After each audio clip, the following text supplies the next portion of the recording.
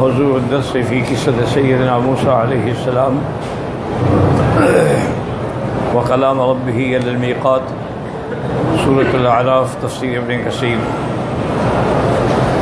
الحمد لله رب العالمين، والصلاة والسلام على أشرف الأنبياء وسيد المرسلين سيدنا محمد وعلى آله وأصحابه أجمعين. اللهم صل على سيدنا محمد وعلى آل سيدنا محمد كما صليت على إبراهيم وعلى آل إبراهيم في العالمين إنك حميد مجيد. أعوذ بالله من الشيطان الرجيم. بسم الله الرحمن الرحيم.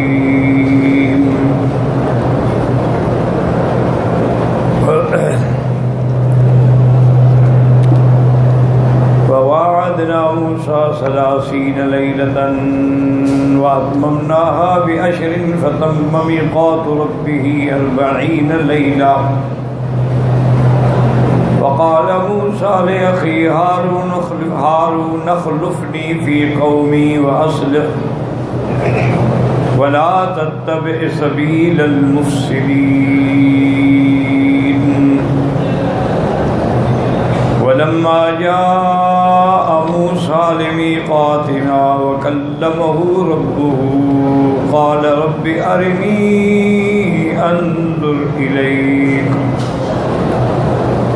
قال لن تراني ولكن انظر إلى الجبل فإن استقر مكانه فسوف تراني. فلما تجلى ربه للجبل جعله دكا وخر موسى صعقا. فلما أفاق قال سبحانك تبت إليك وأنا أول المؤمنين. قرآن مقدس کی ان آیات مبارکہ میں اللہ تبارک و تعالی نے سیدنا موسیٰ علیہ السلام کی عظمت اور اللہ تبارک و تعالی کے حکم پر اس وعدے کے مطابق جا کے 40 راتیں جو ہیں وہ پوری فرمائیں اور روزے کے ساتھ پوری فرمائیں. اللہ کے جمال میں مستغرق رہے، اس لیے دن رات کا یعنی صوم الوصال، اور وہ بھی 40 راتوں. اسی لیے یہاں دن کا ذکر نہیں آیا، لیلہ کا اشارہ ہے کہ رات کو بھی روزہ تھا. جب اللہ تبارک و تعالی نے ان کا وہ پورا ہو گیا، اللہ نے کلام فرمایا تو موسیٰ علیہ السلام نے عرض کیا کہ رب ارنی انظر الیک.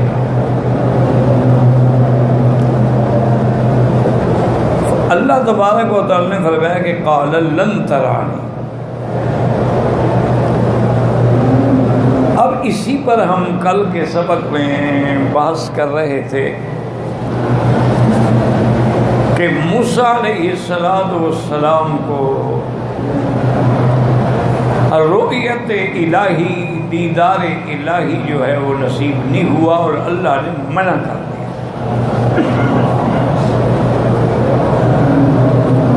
اب مسئلہ یہ تھا کہ کیا یعنی حضور صلی اللہ علیہ وسلم کو دیدار ہوا ہے یا نہیں ہوا. اس میں صحابہ کرام رضوان اللہ علیہم اجمعین کے درمیان بھی اختلاف ہے. لیکن ایک بات سمجھ لیا کریں کہ صحابہ میں جو اختلاف ہے یا ائمہ محدثین یا فقہاء میں وہ علمی اختلاف ہوتا ہے، وہ ہماری طرح کا اختلاف نہیں ہوتا. جیسے یہاں آج کل ایک پارٹی دوسرے کو کافر کہتی ہے، اس کو کافر کہتی ہے. یعنی اگر ہمارے ملکوں کا یہ تجزیہ کیا جائے، ان کے پمفلٹ اور اشتہار اکٹھے کیے جائیں تو نتیجہ یہ نکلتا ہے کہ کوئی مسلمان ہے ہی نہیں. یہ تو اللہ کا شکر ہے کہ علماء نے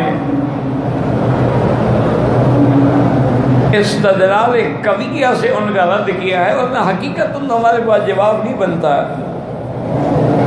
یہی وجہ تھی نا کہ جب اسمبلی میں مسئلہ ختم نبوت پر مرزا ناصر کے ساتھ مقابلہ ہو رہا تھا،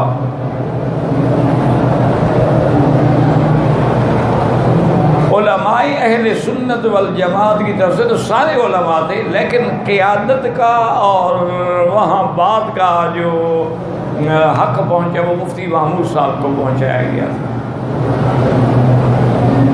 اور جو قانونی نکات کو سیدھا کرنے والا وہ وکیل تھا ایک کوئٹے بلوچستان یحییٰ بختیار۔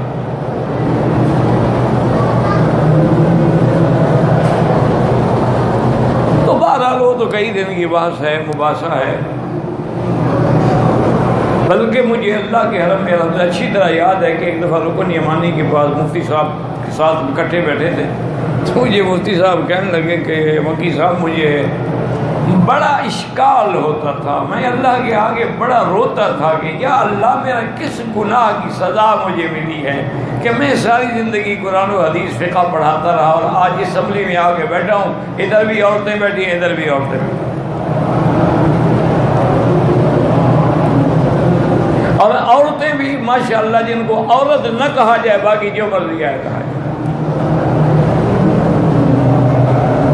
کیونکہ عورت کا معنی تو چھپانا ہوتا ہے نا، چھپی ہوئی چیز نہ عورت کہاں ہو گئی؟ دیکھو نا، مرد کا عورت کیا ہے؟ من السرۃ الی الرکبہ، بھی ناف سے لے کر گھٹنے تک، یہ عورت ہے، اگر تھوڑا سا بھی ظاہر ہوگا نماز نہیں ہوگی۔ اور عورت کے لیے کیا ہے؟ سر کے بالوں سے لے کر پاؤں تک، وہ تو مکمل عورت تب ہے نا جب پردہ ہو، حجاب ہو، عزت ہو، لحاظ ہو۔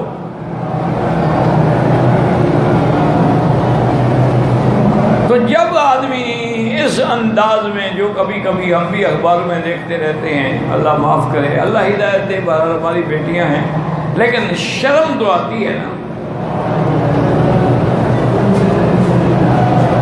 ایک دفعہ اسمبلی میں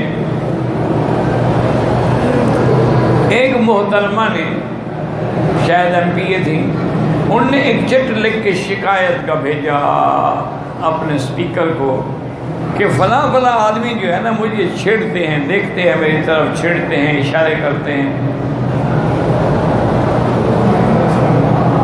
تو میں احتجاج کرتی ہوں میری۔ تو انہوں نے لکھا، انہوں نے کہا بیٹی جب تم بیوٹی پارلر سے بن سنور کے آؤ گی لوگ تو دیکھیں گے نا،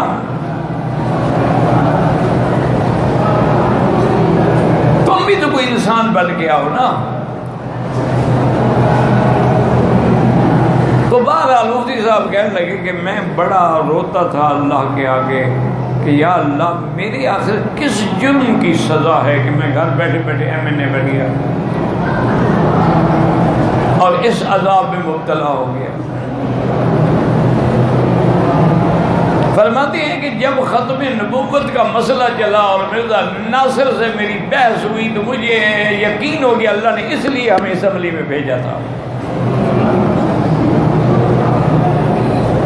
اللہ تعالیٰ نے شاید اسی کام کے لیے ہمیں بھیجا تھا۔ عطا اللہ شاہ بخاری رحمۃ اللہ علیہ سے فرمایا کہ میں کوئی بڑا لیڈر نہیں تھا، نہ بڑا خطیب تھا، نہ ان جیسا وجیح تھا، نہ ان جیسا جمال تھا، نہ کمال تھا، نہ خطابت تھی، لیکن انہوں نے تو 10,000 بندے شہید کرا دیے اور مسئلہ حل نہ ہوا۔ اور ہمارے دور میں کیوں حل ہو گیا کہ ہمارے ان کے دور میں سٹریٹ پاور تو تھی لیکن اندر اسمبلی میں ان کے پاس طاقت نہیں تھی۔ اب ہم چونکہ اندر بھی موجود تھے، باہر بھی موجود تھے، تو الحمدللہ مسئلہ جو تھا وہ حل ہو گیا۔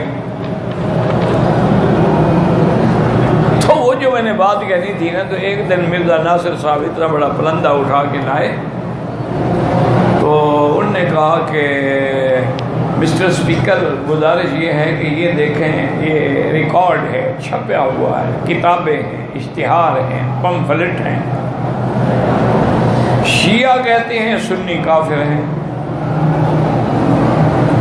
سنی کہتے ہیں شیعہ کافر ہیں، دیوبندی کہتے ہیں بریلوی کافر ہیں، بریلوی کہتے ہیں دیوبندی کافر ہیں، قائلین حیات کہتے ہیں کہ منکرین حیات کافر ہیں، اور منکرین حیات کہتے ہیں کہ قائلین حیات کافر ہیں۔ انہوں نے کہا جی ان مولویوں کو تو عادت ہے حضرت، یہ ایک دوسرے کو کافر کہتے رہتے، ہمیں بھی کہہ دیا تو کیا ہو گیا، یہ کوئی مسئلہ نہیں ہے، ان کو عادت پڑ گئی ہے۔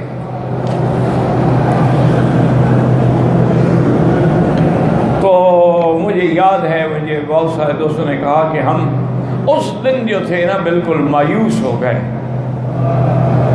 کہ بھئی ایک ریکارڈ ہے، چھپا ہوا ہے، کتابیں ہیں، پمفلٹ ہیں، اشتہار ہیں، اس کا کیا جواب دے سکتے ہیں؟ انہوں نے کہا کہ اس دن ہم بڑے مایوس ہوئے کہ بھئی آج مسلمانوں کے پاس کوئی جواب نہیں بنے گا، لیکن کہتے ہیں کہ اللہ پاک مفتی صاحب کی قبر پہ رحمت کرے۔ جب مرزا صاحب نے بات ختم کی تو مفتی صاحب کھڑے ہوئے اور پوری جرت کے ساتھ للکارا، انہوں نے کہا مرزا صاحب سنو،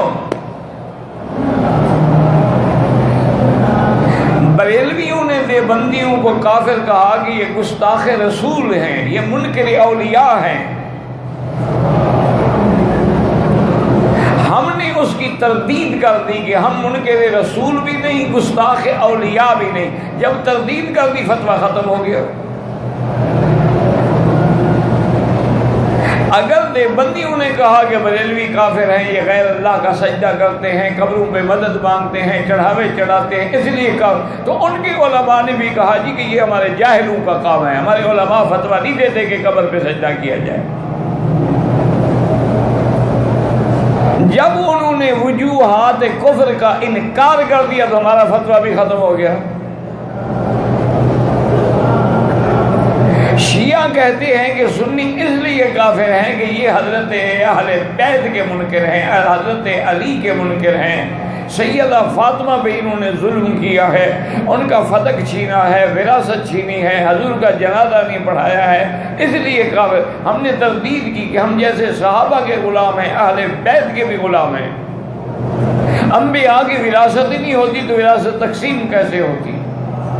اور ہم جیسے ابو بکر و عمر کے گستاخ کو کافر سمجھتے ہیں، حضرت علی، حضرت حسن، حضرت حسین، سیدہ فاطمہ کے گستاخ کو بھی کافر سمجھتے ہیں۔ جب ہم نے تردید کر دی تو شیعہ کا فتویٰ ختم ہو گیا۔ جب اہل سنت نے ان کے خلاف فتویٰ دیا کہ جی یہ صحابہ کے منکر ہیں، صحابہ کو گالیاں دیتے ہیں، صحابہ کو کافر کہتے ہیں، تو ان کے جو ذمہ دار علماء تھے انہوں نے کہا کہ جی بالکل غلط بات ہے، ہم صحابہ کو بھی مانتے ہیں، ہم تو صرف یہ کہتے ہیں کہ حضرت علی افضل ہیں بوجہ قرابت حضور صلی اللہ علیہ وسلم کے، ورنہ صحابہ بھی برحق ہیں، ہم تو گستاخی نہیں کرتے۔ اور ہم میں بھی جو تبرہ کرتا ہے یا سب کرتا ہے، ہم اس کو اپنی جماعت سے شامل نہیں سمجھتے ہیں۔ جب انہوں نے وجوہات کفر کا انکار کر دیا تو وہ بھی فتویٰ ختم ہو گیا۔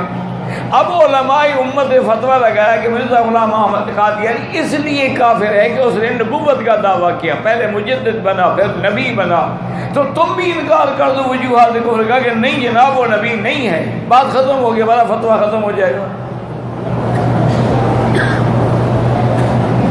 تو اگر وجوہات کفر کا انکار نہیں کرو گے پھر تو تم کافر رہو گے۔ اب جناب مرزا ناصر کیسے کہے کہ میرا دادا نبی نہیں تھا، وہ یہی تو مقدمہ لڑ رہا تھا۔ اس لیے میں نے عرض کیا کہ کبھی کبھی اللہ تبارک و تعالیٰ کے علم میں چونکہ آگے کی چیزیں ہوتی ہیں نا، تو اس لیے وہاں وہ ان انسانوں کو بھیج دیتے ہیں جن سے کام لینا ہوتا ہے۔ تو صحابہ میں بھی اسی طرح علم کا اختلاف تھا، فقہاء جو ہیں اربعہ ان میں بھی اگر اختلاف ہے وہ علم کا ہے۔ امام شافعی رحمۃ اللہ علیہ فرماتے ہیں کہ مکے میں رہنے والا یا باہر سے آ کے مکے میں رہنے والا اگر عمرہ کرنا چاہے تو جعرانہ سے عمرہ کرنا افضل ہے۔ ایک تو وہ عمرہ ہے نا جو آدمی اپنے میقات سے کر کے آتا ہے، اپنے ملک سے کر کے آتا ہے، یا مدینہ پاک سے کرتا ہے یا طائف سے، وہ تو میقات ہے نا، یعنی ہل کے اندر، حرم کے باہر اور ہل کے اندر اگر عمرہ کرنا چاہے تو وہ فرماتے ہیں کہ رانہ سے احرام باندھ کے عمرہ کرنا افضل ہے۔ اس کی وجہ کیا ہے؟ وہ کہتے ہیں کہ وہاں سے حضور پاک نے خود احرام باندھ کے عمرہ کیا ہے، لہذا فعل رسول ہے۔ امام ابو حنیفہ فرماتے ہیں کہ نہیں، مسجد عائشہ سے عمرہ کرنا افضل ہے۔ اب دیکھو یہ کوئی زمین کا جھگڑے کا اختلاف نہیں ہے نا، علمی اختلاف ہے۔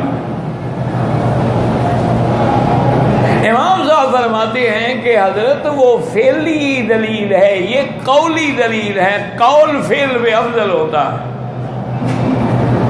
وہاں سے حضور نے عمرہ کیا، فعل رسول ہے، تو فعل تو کبھی جواز کے لیے بھی ہوتا ہے، یہاں حضور نے حکم دیا، یہ قول رسول ہے۔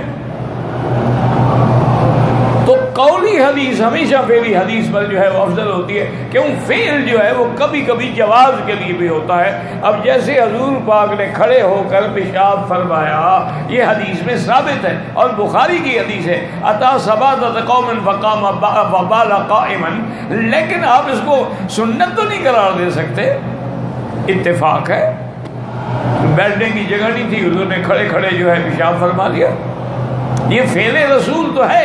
اچھا، جواز کی دلیل بھی ہے کہ کبھی امت کو مشکل ایسی پیش آ جائے، جیسے آج کل یورپ وغیرہ میں تو بیٹھنے کی جگہ ہی نہیں ہوتی، تو وہاں بھی وہ کھڑے ہو کر پیشاب کر سکتے ہیں،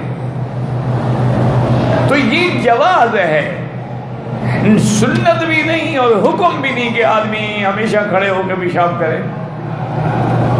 تو اس لیے امام صاحب فرماتے ہیں کہ حضرت یہ قول رسول ہے، اور قولی حدیث ہمیشہ فعلی پہ قوی ہوتی ہے، فعل تو جواز کے لیے بھی ہوتا ہے نا۔ یہی ہمارے آج کل کے نوجوان جو ہے نا، وہ بھی جو جھگڑتے ہیں نا حنفیوں کے خلاف، وہ یہ بیچارے فرق نہیں کر سکتے کہ فعل اور سنت میں فرق کیا ہے۔ غریبوں کو حدیث تو پڑھ لی، حضور نے ایسا کیا، بھائی کیا، لے فعل رسول ہے نا، وہ سنت تو نہیں ہے۔ جیسے کہ حضور صلی اللہ علیہ وسلم کے دور مبارک میں صحابہ میں اختلاف ہو گیا، تو سب صحابہ نے یہ تجویز پیش کی کہ بھی یہ مسئلہ ہے، تعلق رکھتا ہے امہات المومنین سے، حضور کی ازواج مطہرات سے، اب یہ کون جا کے پوچھے؟ تو فیصلہ یہ ہوا کہ عبداللہ ابن زبیر جا کے پوچھیں، کیونکہ عبداللہ ابن زبیر جو بی بی اسماء کے بیٹے ہیں نا، بی بی اسماء بی بی عائشہ کی بہن ہے، یعنی وہ بھانجے ہیں، وہ ان کی خالہ ہیں۔ انہوں نے کہا کہ مسئلہ یہ پوچھنا ہے کہ صحابہ میں اختلاف ہو گیا ہے کہ مس مرأہ جو ہے وہ ناقض الوضو ہے یا نہیں ہے، بھئی وضو کے بعد عورت کو ہاتھ لگ جائے وضو ٹوٹ جائے گا کہ نہیں ٹوٹے گا؟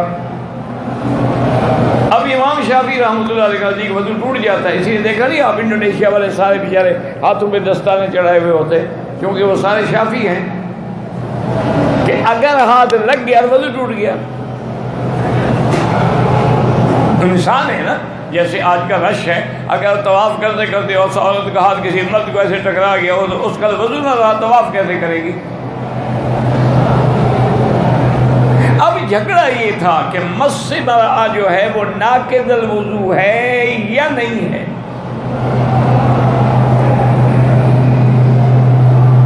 اس میں بڑی الحمدللہ اہل علم نے بڑی تحقیق کی، اللہ ان کی قبروں پہ کروڑوں رحمتیں کرے۔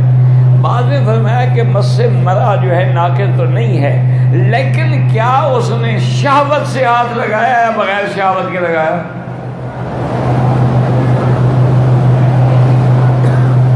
تو بہرحال تو لمبی بحثیں ہیں، آپ تو پڑھ کے سن کے بھی تنگ آ جائیں گے۔ تو بہرحال حضرت عبداللہ بن زبیر کے ذمہ لگا کہ آپ جائیں بی بی عائشہ سے پوچھیں۔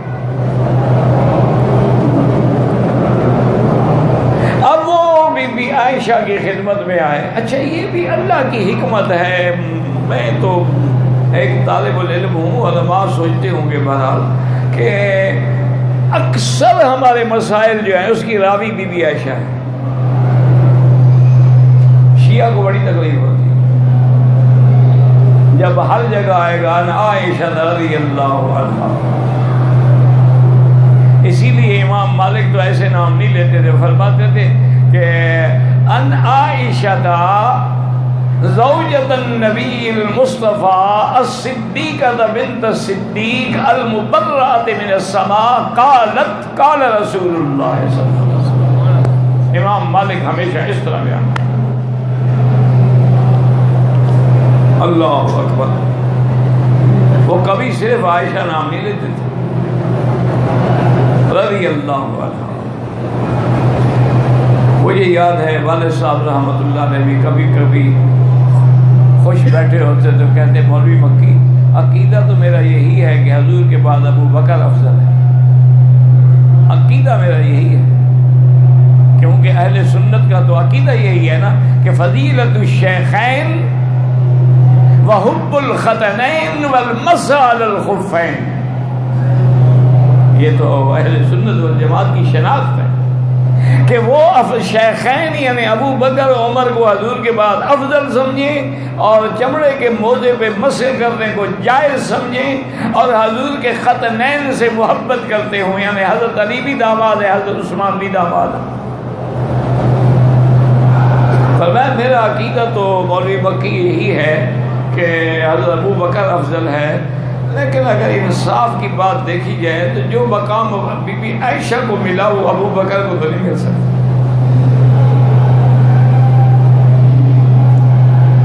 حضور کے سینے پہ لیٹنا, حضور کا اس کے سینے پہ لیٹنا, حضور کا اس کو بوسے دینا, اس کا حضور کو بوسے دینا, لقمہ توڑ کے اس کے منہ میں دینا, اور وہ بھی بوٹی پر کہتی ہے میں بھی وہیں سے بوٹی کو توڑتی تھی جہاں سے حضور نے توڑا ہے.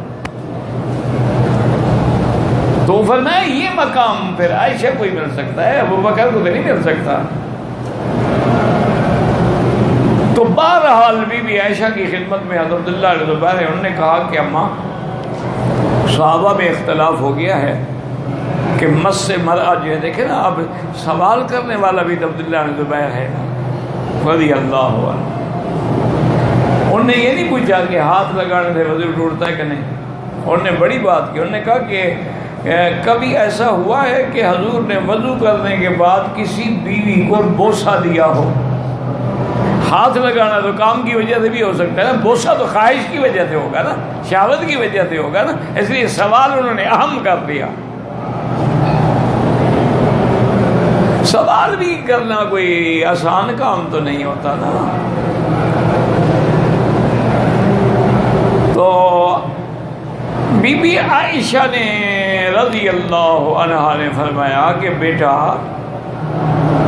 کان رسول اللہ صلی اللہ علیہ وسلم یقبل بعض نسائہ بعد الوضوء, حضور پاک کبھی کبھی وضو کے بعد کسی بی بی کو بوسہ بھی دیتے تھے, ثم لم یتوضا, پھر دوبارہ وضو نہیں کرتے تھے. تو معنی یہ ہوا کہ وضو نہیں ٹوٹتا. حضرت عبداللہ بن زبیر ہنس پڑے اور کہا کہ خالہ ما انت الا ما ہی الا انتی, یہ آپ ہی ہوں گی نا جس کو حضور بوسہ دیتے ہوں, اور کون ہو سکتی ہے اس مقام پہ. بی بی خاموش ہے, مسئلے کی بات تھی. اب مسئلہ کیا سمجھ آیا کہ بھئی اگر کسی آدمی نے اپنی بیوی کو وضو کے بعد بوسہ دیا تو وضو نہیں ٹوٹے گا, دوبارہ وضو نہیں کرنا پڑے گا. یہ حدیث ہے, ہمارا ایمان ہے اور سیاستہ کی حدیث ہے. لیکن کیا خیال ہے آپ کا, یہ فعل رسول ہے یا سنت ہے؟ اگر یہ سنت ہے تو پھر تو ہر آدمی پہلے وضو کے بعد بیوی کو بوسہ دے پھر نماز پڑھنے آئے.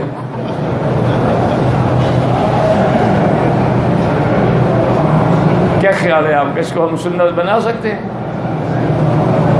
سنت وہ ہوتی ہے جس میں ہمیشہ عمل رہا ہو. فعل جواز کے لیے کبھی کبھی ہو گیا ایسا, کبھی کبھی کانا, کبھی کبھی, ہمیشہ نہیں. تو اس لیے بہت سارے دوست ہیں وہ جو فعل رسول کو بھی سنت بنا, یہ نہیں سمجھتے اللہ کے بندے فعل تو کبھی کبھی جواز کے لیے ہوتا ہے. سنت وہ ہے جس میں حضور ہمیشہ بیٹھ کے پیشاب فرماتے ہیں، اور یہ بھی فرمایا کہ کسی پتھریلی چیز پہ سخت جگہ پہ پیشاب نہ کرو کہ چھینٹے اڑ کے آئیں، نرم جگہ پہ پیشاب کرو۔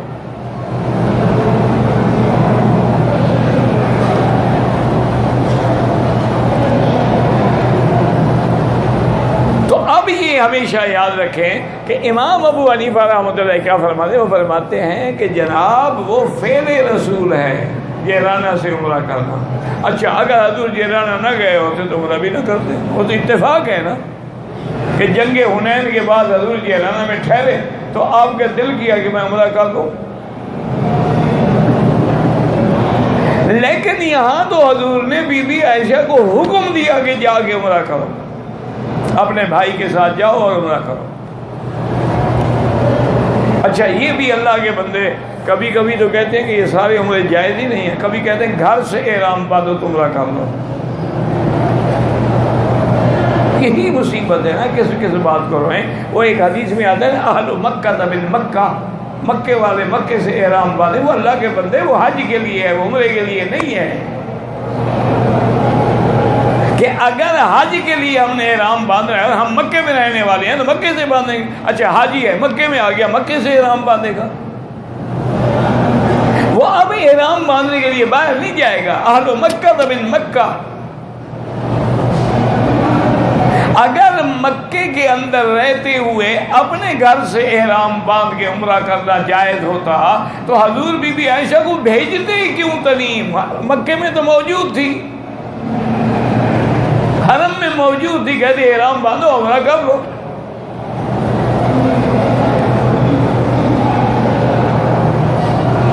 بہرحال دعا کریں کہ اللہ ہمیں قرآن و حدیث پہ عمل کی بھی توفیق دے اور سمجھ کی بھی توفیق۔ اچھا بعد میں یہ بھی بنا لیا ہے اور جی بی بی عائشہ کو تو اتفاق سے حیض آ گیا تھا، عمرہ نہ کر سکی، اس لیے انہوں نے عمرہ کیا نا۔ بھائی بی بی عائشہ تو جب مکے آتی تھی عمرہ کرتی تھی، ہر دفعہ حیض آ جاتا تھا۔ خدا کے لیے کو حدیثوں کو سمجھو، ہر سال عمرہ کرتی تھی جب بھی آتی مکے میں۔ اچھا عبداللہ ابن زبیر نے عمرہ کیا، عبداللہ ابن عمر نے عمرہ کیا، یہ کہتے ہیں جو مردوں نے تو نہیں کیا کہ بھئی حضور نے حکم دیا تھا کہ صرف تیرے لیے ہے، یا ایسا بھی کوئی حکم ہے شریعت میں کہ عورتوں کے لیے تو ہے مردوں کے لیے نہیں ہے۔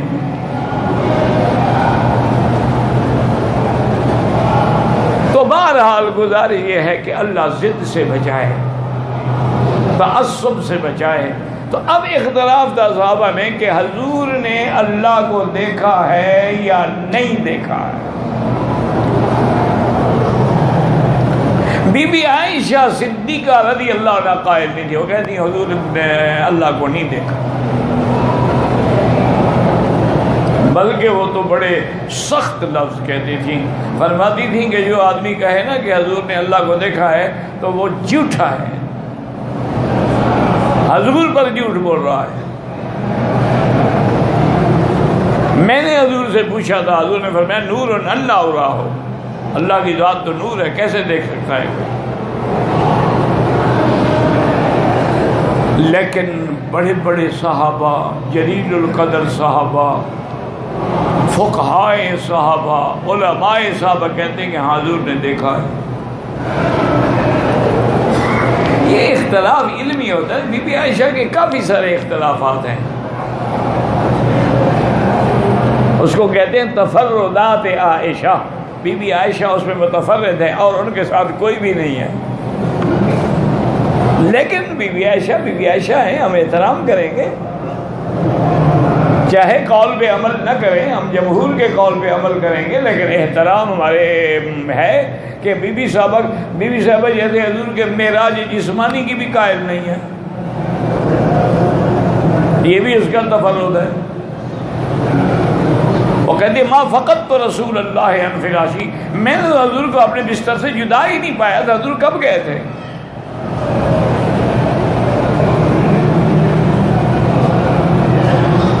اللہ نے خواب دکھا دیا، روحانی طور پہ معراج کرا دیا، باقی یہ کہنا کہ حضور کی تشریف لے گئے تھے تو وہ میرے تو بستر سے ایک منٹ کے لیے بھی جدا نہیں ہوئے، یہ بھی تفرد عائشہ ہے۔ ایسا ہو. اچھا صحابہ سارے کیا قرآن کہتے ہیں اسریٰ بعبدہ، اب تو کہتے ہی روح اور جسد کو ہیں. پورے قرآن میں مجھے دکھا دو کہ لفظ عبد ہو اور قرآن سے روح ہو. لفظ عبد کا اطلاق ہی نہیں ہوتا جب تک روح مال جسد نہ ہو. وَأَنَّهُ لَمَّا قَامَ عَبْدُ اللَّهِ، حضور جب نماز پڑھا رہے تھے اور جن آئے تو یہاں روح مال جسد تھا، حضور کی روح قرآن پڑھا رہی تھی. سیدنا عیسیٰ جب اپنے مہد میں تھے تو قوم نے آ کے اعتراض کیا، یا اخت ہارون ما کان ابوک امرأ سوء وما کانت امک بغیا، کہ ہارون کی بہن، یہ ہارون موسیٰ علیہ السلام کے بھائی نہیں ہیں، خیال کیا کرو. وہ تو 500 سال پہلے فوت ہو گئے. لوگوں کو دکھ تھا یا اخت ہارون جو ہے ہارون علیہ السلام مراد ہے، یہ نہیں ہے. ہارون علیہ السلام ان کی برادری میں کسی بندے کا نام تھا جو بڑا عابد زاہد اور متقی تھا. اس کی طرف انہوں نے کہا کہ تم تو اتنے بڑے خاندان کی بیٹی ہو، اتنے بڑے آدمی کی تم بیٹی ہو اور بہن ہو، یہ کیا کیا تم نے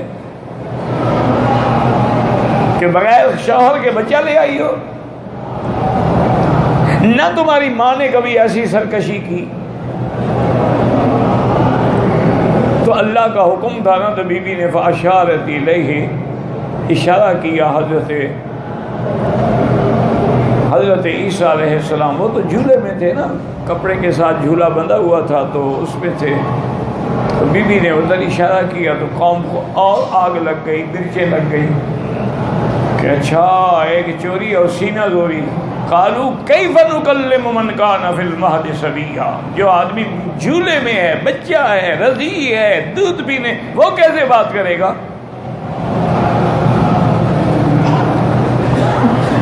واہ میرا مولا، جب آپ کوئی مسئلہ حل کرنا چاہیں تو پھر اشارے سے بھی ہو جاتا، کہنا بھی نہیں پڑتا. کیونکہ بی بی نے تو کہہ دیا مجھے تو روزہ ہے، لن نکلم الیوم انسیا، میں نے تو بات ہی نہیں کرنی نا. اچھا چاند جب ٹکڑے ہوا تو حضور نے کوئی زور لگایا تھا یا اشارہ تھا؟ اشارہ کیا تو ٹکڑے ہو گئے. اللہ جب کام لینا چاہیں تو پھر اشارے سے بھی ہو جاتا ہے. فأشار إليه قالوا كيف نكلم من كان في المهد صبيا. اب اللہ نے حکم دیا عیسیٰ علیہ السلام اب بات کریں. اب صرف تیری اماں کا مسئلہ نہیں، عصمت انبیاء کا مسئلہ ہے. تیری بیوی تیری اماں کا اور تیرا مسئلہ تو نہیں ہے. یہ تو پھر نعوذ باللہ تم دشمن کو موقع مل جائے گا کہ انبیاء کی مائیں بھی نعوذ باللہ گناہ گار ہوتی ہیں. اسی لیے حضور نے فرمایا کہ نبی کی بیوی کافرہ تو ہو سکتی ہے، فاجرہ نہیں ہو سکتی.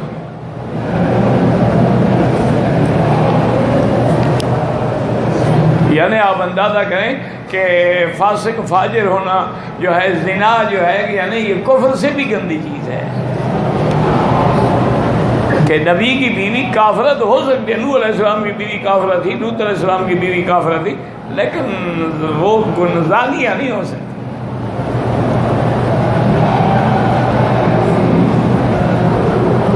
اس لیے اب عیسیٰ علیہ السلام نے معجزہ تھا عیسیٰ علیہ السلام کا، اور نبوت ابھی بچپن میں ہے. قال انی عبد اللہ. اب لفظ عبد آ گیا تو اس سے مراد عیسیٰ علیہ السلام بما روح بما جسد ہے، یہ صرف روح بول رہی ہے. اس لیے جب قرآن نے کہہ دی اسریٰ بعبدہ، اچھا کوئی کہے یہ تو اسراء ہے نا جی، آپ کا معراج، وہ اوحیٰ الی عبدہ، وہاں بھی عبد ہے. اس لیے علماء نے کیا عجیب مسئلہ نکالا ہے، اللہ ان کی قبروں پہ کروڑوں رحمتیں فرمائے. انہوں نے کہا کہ العبد عبد ان تصاعد، العبد عبد ان تصاعد والرب رب ان تنزل. اللہ اگر عرش سے اتر کے آسمان دنیا پہ رب رب رہتا ہے، بندہ چاہے سدرۃ المنتہا پہ پہنچ جائے بندہ بندہ رہتا ہے، وہ خدا نہیں بن جاتا. یہ تو ہماری برادری ہے نا ماشاءاللہ. وہ تو کہتے ہیں نا جی کہ جب حضور پاک معراج پہ گئے اور سدرۃ المنتہا کے بعد رف رف آیا، حضور رف رف پہ کھڑے ہوئے، پھر رف رف لے کے چلا چلا چلا چلا عرش کی طرف چلا، تو جبریل تو رک گئے نا. حضور نے فرمایا بھی کہ جبریل تم میرا ساتھ آئے ہو مکے سے لے کر یہاں تک، اب کیوں چھوڑ رہے ہو؟ انہوں نے کہا یا رسول اللہ وما منا الا له مقام معلوم، ہر فرشتے کا مقام ہے، اس سے آگے نہیں جا سکتے، اب آگے ہم نہیں جا سکتے. اب بھی لوگوں کو مسئلے سمجھ نہیں آئے ہیں. نبی کو نور کہتے ہیں، اور نور کی جہاں حد ہو گئی بشر تو آگے جا رہا ہے.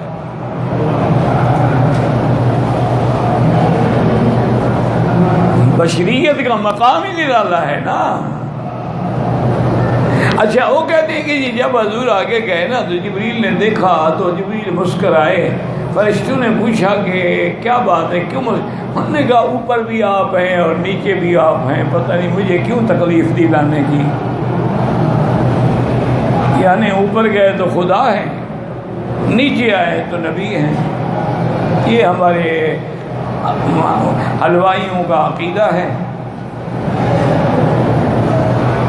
اور یہ میں نہیں کہہ رہا، کہیں ایسا نہ کہنا کہ مولوی وکیل الزام لگاتا ہے بریلویوں پر. انہوں نے کتابوں میں لکھا ہے جو مستوی تھا عرش پہ خدا ہو کر اتر پڑا ہے مدینے میں مصطفیٰ ہو کر.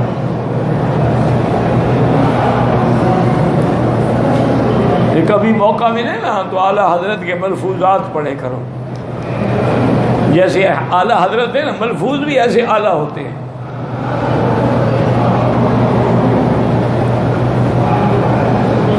تو بہرحال آپ دیکھیں بی بی عائشہ قائل نہیں، صحابہ قائل ہیں. تو وجہ کیا ہے؟ یہ تفردات ہیں. علماء نے اس مسئلے کو حل کیا ہے. انہوں نے کہا بی بی عائشہ بھی سچ کہتی ہیں، صحابہ بھی سچ کہتے ہیں. انہوں نے کہا وہ کیسے؟ انہوں نے کہا بی بی عائشہ کہتے ہیں کہ حضور میرے بستر پہ نہیں جدا ہوئے. تو بی بی عائشہ تو حضور کے گھر میں ہجرت کے بعد آئی ہیں، شادی مدینے میں ہوئی ہے، اور معراج ہجرت سے 2 سال پہلے ہوا ہے. تو حضور اس کے بستر پہ کیسے تھے؟ وہ اور معراج ہے جو حضور کو ہوا ہے روحانی، جس کے بارے میں بی بی عائشہ کہہ رہی ہے. یہ معراج الگ ہے اور ہجرت سے قبل ہے، اور بی بی عائشہ تو بیوی نہیں بنی ابھی. تو علماء نے مسئلہ حل کر دیا. کہ اسی طرح جو اختلاف تھا نا، بی بی عائشہ کہتی ہے نہیں دیکھا، صحابہ کہتے ہیں دیکھا. انہوں نے بھی حل کر دیا کہ بھئی بی بی عائشہ کہتی تھی کہ قرآن کہتا ہے لا تدرکہ الابصار، قرآن کہتا ہے لن ترانی. آپ کہتے ہیں کہ حضور نے دیکھا ہے. انہوں نے کہا اما ناراض نہ ہوں، زمین پہ رہ کے کوئی بندہ خدا کو نہیں دیکھ سکتا. جب حضور آسمانوں پہ چلے گئے تو وہاں کیا جھگڑا ہے؟ آسمانوں کے احکام ہی الگ ہوتے ہیں، زمین کے احکام ہی الگ ہوتے ہیں. حضور صلی اللہ علیہ وسلم نے تو آسمانوں میں جا کے دیکھا نا، زمین میں تو نہیں دیکھا. باقی معتزلہ کا یہ کہنا کہ لن ترانی نفی تعبید کے لیے ہے، تو ان کا یہ دعویٰ بھی غلط ہے. حضور پاک نے فرمایا ہے کہ انشاءاللہ ہر کلمے پڑھنے والا اپنے رب کا دیدار کرے گا. اچھا بعض تو مہینے میں دیدار کریں گے 1 دفعہ، بعض ہفتے میں کریں گے، بعض روز کریں گے. ایسے بھی خوش نصیب ہوں گے. وجوہ یومئذ ناظرۃ الی ربہا ناظرہ. تو اس لیے ہمیشہ یاد رکھیں کہ ایک تو اگر اختلاف ہو صحابہ میں، کہو رضی اللہ عنہ، اللہ سب پہ راضی ہوگی. اگر علماء میں ائمہ میں اختلاف ہو، علمی اختلاف ہے، اللہ دونوں پہ رحمت کرے. اور مجتہد جو ہوتے ہیں، المجتہد یخطی و یصیب، غلطی بھی ہوتی ہے ثواب پہ بھی پہنچے. لیکن اگر مجتہد سے غلطی بھی ہو جائے تو وہ اس کو پھر بھی اجر ملتا ہے. تو اب دیکھیں کہ امام شافعی کی اپنی دلیل ہے، لیکن امام صاحب کی دلیل کتنی قوی ہے۔ اچھا، امام شافعی کہتے ہیں کہ عمرہ کرنے کے بعد اگر یہ 3 بال بھی کاٹ دو نا جی، صرف یہ نہیں، وہ کہتے ہیں کہ حلقن کسرن حرکن، یعنی کوئی چیز نہ ہو، کہتے ہیں تیلی جلا کے جلا دو 3 بال، بس کافی ہے، آپ احرام سے نکل گئے۔ آپ نے کھینچ دیے بال، نکال لیے، تب بھی نکل گئے۔ اسی لیے امام صاحب قائل ہے نا کہ مسح میں ایسے اگر 3 بالوں کو بھی ہاتھ لگ جائے مسح ہو جاتا ہے۔ امام صاحب فرماتے ہیں حضرت سارے سر کا مسح کرنا پڑے گا اور بال بھی سارے منڈانے پڑیں گے۔ وہ کہتے ہیں کیوں؟ مقصرین رؤوسکم، 3 بال کٹاؤ، مقصرین میں تو آ گیا، تقصیر تو ہو گئی نا، چاہے سارے بالوں کی ہو چاہے 3 کی ہو۔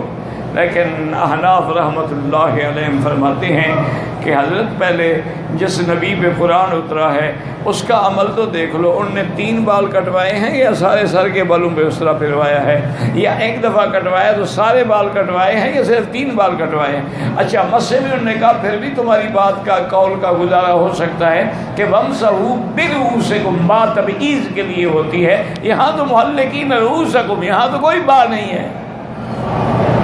یہ علمی اختلاف ہوتے ہیں۔ اللہ سب پہ کروڑوں رحمتیں فرمائے اور ہمیں سب کا ادب اور احترام کرنے کی توفیق عطا فرمائے۔